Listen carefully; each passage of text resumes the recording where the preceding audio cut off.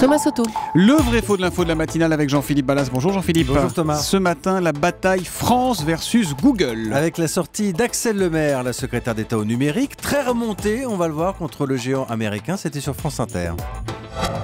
C'est inacceptable qu'une entreprise comme Google ou d'autres géants de l'Internet aujourd'hui paient en moyenne 10 fois moins d'impôts que des entreprises dans d'autres secteurs industriels de taille équivalente en France. Google payerait donc 10 fois moins d'impôts en France que d'autres entreprises de taille équivalente. C'est ce que dit Axel Lemaire. Mais est-ce que c'est vrai ou est-ce que c'est faux, Jean-Philippe Ballas ? C'est vrai, Thomas Soto. Nous avons fait la comparaison avec d'autres entreprises françaises du type Renault, Peugeot. Alors on est là dans l'industriel, pas du tout dans le secteur du numérique.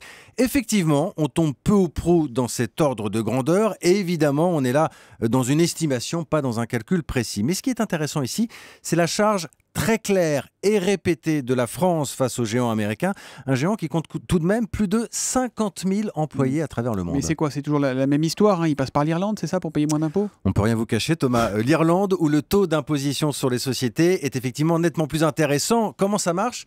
Très simple. Imaginons, vous êtes une entreprise, vous voulez vous offrir une belle publicité sur Google. Bien, la facture arrivera d'une filiale irlandaise de Google. En plus, quand une multinationale est installée à Dublin... Même si je suis une entreprise française qui veut faire une pub sur Google en France. Voilà, absolument. La facture vient d'Irlande. Et en plus, quand vous êtes installé à Dublin, vous pouvez envoyer vos profits dans des paradis fiscaux. Encore que là, l'Irlande a promis de mettre fin bientôt à ce système. Mais le résultat aujourd'hui, Thomas, il est très clair. En 2013, Google n'a payé que 7,7 millions d'euros d'impôts sur les sociétés. 7,7 alors qu'on estime à plus d'1,5 milliard l'argent récolté par la publicité, 7 fois plus que les résultats officiels. Bon, mais est-ce que c'est légal ? Si on met des petites fleurs autour, ça s'appelle l'optimisation fiscale. Une optimisation agressive, rectifie la France. D'ailleurs, on a plusieurs contentieux fiscaux en cours avec Google. Mais surtout, ce que Paris réclame aujourd'hui, c'est une harmonisation des règles, une réaction globale de tous les pays. Ça commence un peu avec la taxe Google, notamment au Royaume-Uni, une taxe sur les profits détournés, mais pas forcément évidente à appliquer. L'OCDE planche également sur le dossier.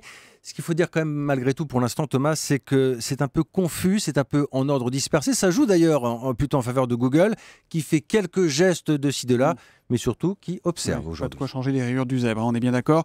Mais Axel Lemaire dit vrai quand elle nous dit que Google paye en moyenne 10 fois moins d'impôts en France que d'autres entreprises de taille équivalente. C'est le vrai faux de l'info de la matinale, c'est tous les matins après le journal de 7h30 et c'est signé Jean-Philippe Ballas.